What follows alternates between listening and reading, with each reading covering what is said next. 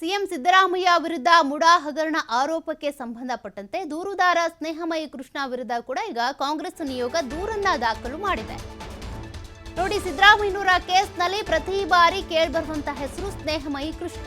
ಇವರು ಈಗ ಸುಳ್ಳು ಸಾಕ್ಷ್ಯಗಳನ್ನ ಸೃಷ್ಟಿ ಮಾಡ್ತಾ ಇದ್ದಾರೆ ಅಂತ ಕಾಂಗ್ರೆಸ್ ನಿಯೋಗ ಕಂಪ್ಲೇಂಟ್ ಕೊಟ್ಟಿದೆ. ಮೈಸೂರಿನ ದೇವರಾಜ ಠಾಣೆಗೆ ದೂರು ನೀಡಿದ್ದಾರೆ ಕಾಂಗ್ರೆಸ್ನ ನಿಯೋಗದ ವತಿಯಿಂದ. ಕೆಪಿಸಿಸಿ ವಕ್ತಾರ ಆಗಿರುವಂತಹ ಎಂ ಲಕ್ಷ್ಮಣ್, ಜಿಲ್ಲಾಧ್ಯಕ್ಷ ಮೂರ್ತಿ ಇರಬಹುದು, ವಿಜಯ್ ಕುಮಾರ್ ಅವರು ಸೇರಿದಂತೆ ಒಂದು ನಿಯೋಗ ಹೋಗಿ ದೇವರಾಜ ಠಾಣೆಗೆ ದೂರನ್ನ ಕೊಟ್ಟಿದ್ದಾರೆ. ಮುದ್ರಾಂಕ ಶುಲ್ಕವನ್ನ ನಿವೇಶನದಾರರೇ ಪಾವತಿ ಮಾಡಬೇಕಾಗಿರುತ್ತೆ. ಅದಕ್ಕೆ ಸಂಬಂಧಪಟ್ಟಂತೆ ಅವರ ಪತ್ನಿ ಸಿದ್ದರಾಮಯ್ಯನವರ ಪತ್ನಿ 550 ರೂಪಾಯಿ ಸಂದಾಯ ಮಾಡಿದ್ದಾರೆ. ಹಾಗಿದ್ರೂ ಕೂಡ ಸ್ನೇಹಮಯಿ ಕೃಷ್ಣ ಅವರು ಸುಳ್ಳು ಆರೋಪಗಳನ್ನ ಮಾಡ್ತಾ ಇದ್ದಾರೆ, ಸುಳ್ಳು ಸಾಕ್ಷ್ಯಗಳ ಸೃಷ್ಟಿ ನಡೀತಾ ಇದೆ ಅಂತೇಳಿ ಸುಳ್ಳು ಸುದ್ದಿ ಮತ್ತು ಬ್ಲ್ಯಾಕ್ ಮೇಲ್ ಮಾಡ್ತಾ ಇರುವಂತ ಸ್ನೇಹಮಯಿ ಕೃಷ್ಣ ಅವರನ್ನ ಬಂಧಿಸಿ ಅಂತ ಸೂಕ್ತ ಕಾನೂನು ಕ್ರಮವನ್ನು ಕೂಡ ತೆಗೆದುಕೊಳ್ಬೇಕು ನೀವು ಅಂತ ಕಾಂಗ್ರೆಸ್ ನಿಯೋಗ ಹೋಗಿ ಈಗಾಗಲೇ ಕಂಪ್ಲೇಂಟ್ ಅನ್ನ ಕೊಟ್ಟು ಬಂದಿದೆ. ಕಂಪ್ಲೇಂಟ್ ಕೂಡ ಈಗಾಗಲೇ ದೇವರಾಜ ಠಾಣೆಯಲ್ಲಿ ದಾಖಲಾಗಿದೆ. ಮಾನ್ಯ ಮುಖ್ಯಮಂತ್ರಿಗಳ ಮಿಸ್ಸಸ್ಸು BM ಪಾರ್ವತಿಯವರು ಏನು ಒಂದು ಸೈಟ್ಗಳನ್ನು ರಿಜಿಸ್ಟ್ರೇಷನ್ ಮಾಡಿಕೊಂಡ್ರು, 14 ಸೈಟ್ಗಳನ್ನು ಮೂಡಾದವರು ಕೊಟ್ಟಂಥ ಸೈಟ್ಗಳನ್ನು ರಿಜಿಸ್ಟ್ರೇಷನ್ ಮಾಡಿಕೊಂಡ್ರ ವಿಚಾರದಲ್ಲಿ ಅವರ ಆಪಾದನೆ ಇದು. ಮೂಡಾ ಪ್ರಕರಣದಲ್ಲಿ ತಮ್ಮ ಪ್ರಭಾವ ಬೀರಿಲ್ಲ ಎಂದು ಹೇಳುವ ಸಿದ್ದರಾಮಯ್ಯನವರಿಗೆ ನಿಮ್ಮ ಪ್ರಭಾವ ಬೀರಿದೆ ಎಂಬುದಕ್ಕೆ ಮತ್ತೊಂದು ಸಾಕ್ಷಿ ಕೊಡುತ್ತಿದ್ದೇನೆ.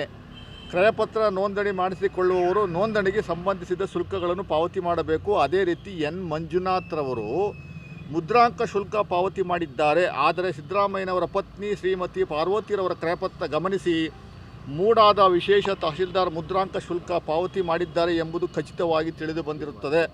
ನನ್ನ ಆರೋಪಕ್ಕೆ ಇದಕ್ಕಿಂತ ಸಾಕ್ಷಿ ಬೇಕೆ ಸಿದ್ದರಾಮಯ್ಯನವರು ರಾಜ್ಯ ಜನತೆಗೆ ಉತ್ತರಿಸುವರೆ ಅಂತ ಅವರು ಒಂದು ವ್ಯಾಟ್ಸಪ್ಪಲ್ಲಿ ಇದನ್ನು ಅವ್ರ ಫೇಸ್ಬುಕ್ಕಲ್ಲಿ ಬರ್ಕೊಂಡಿರುವಂಥದ್ದು, ಆಮೇಲೆ ಮಾಧ್ಯಮಗಳ ಮುಂದೆ ಬಂದು ಕೊಟ್ಟಿರುವಂಥ ಹೇಳಿಕೆ ಇದ್ರ ಬಗ್ಗೆ ಇದು ಸುಳ್ಳು ದೂರು, ಸುಳ್ಳು ಆಪಾದನೆ ಅನ್ನುವಂಥದ್ದು ಹೇಳುವಂಥದ್ದಕ್ಕೆ ನಮ್ಮ ಹತ್ರ ದಾಖಲೆಗಳಿದ್ದಾವೆ.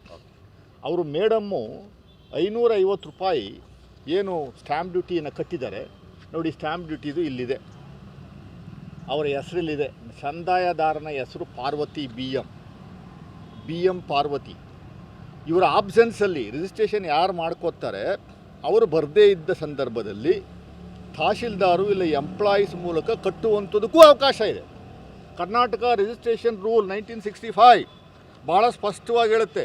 ಅದರ ರೂಲ್ಸ್ ಪ್ರಕಾರ ಏನು ಹೇಳುತ್ತೆ, ಮೈಸೂರು ನಗರಾಭಿವೃದ್ಧಿ ಪ್ರಾಧಿಕಾರದಿಂದ ನಿವೇಶನದಾರರಿಗೆ ನೀಡಲಾಗುವ ಕ್ರಯಪತ್ರಗಳಿಗೆ ಟೈಟಲ್ ಡೀಡ್ ಸಂಬಂಧಿಸಿದಂತೆ ಕ್ರಯಪತ್ರ ನೋಂದಾಯಿಸಲು ಉಪನೋಂದಣಾಧಿಕಾರಿಗಳ ಕಚೇರಿಗೆ ನಿವೇಶನದಾರರು ಹಾಜರಾಗದೆ ವಿನಾಯಿತಿ ಪಡೆದ ಸಂದರ್ಭದಲ್ಲಿ ದಸ್ತಾವೇಜುಗಳನ್ನು ನೋಂದಾಯಿಸಲು ಪ್ರಾಧಿಕಾರದ ಅಧಿಕಾರಿಗಳು ಹಾಜರಾಗಿರುವುದರಿಂದ ಕಾವೇರಿ ತಂತ್ರಾಂಶದಲ್ಲಿ ನಿವೇಶನದಾರರ ಹೆಸರು ಬರುವ ಬದಲು ಹಾಜರಾತಿ ಕಾಲಂನಲ್ಲಿ ಹಾಜರಿದ್ದವರ ಹೆಸರು ನಮೂದಾಗುವ ಕಾರಣ ಮುದ್ರಾಂಕ ಶುಲ್ಕ ಪಾವತಿ ಕಾಲಂನಲ್ಲಿ ಪ್ರಾಧಿಕಾರದ ಅಧಿಕಾರಿಗಳ ಹೆಸರು ನಮೂದಾಗಿರುತ್ತದೆಯೇ ಹೊರತು ಮುದ್ರಾಂಕ ಮಾನ್ಯ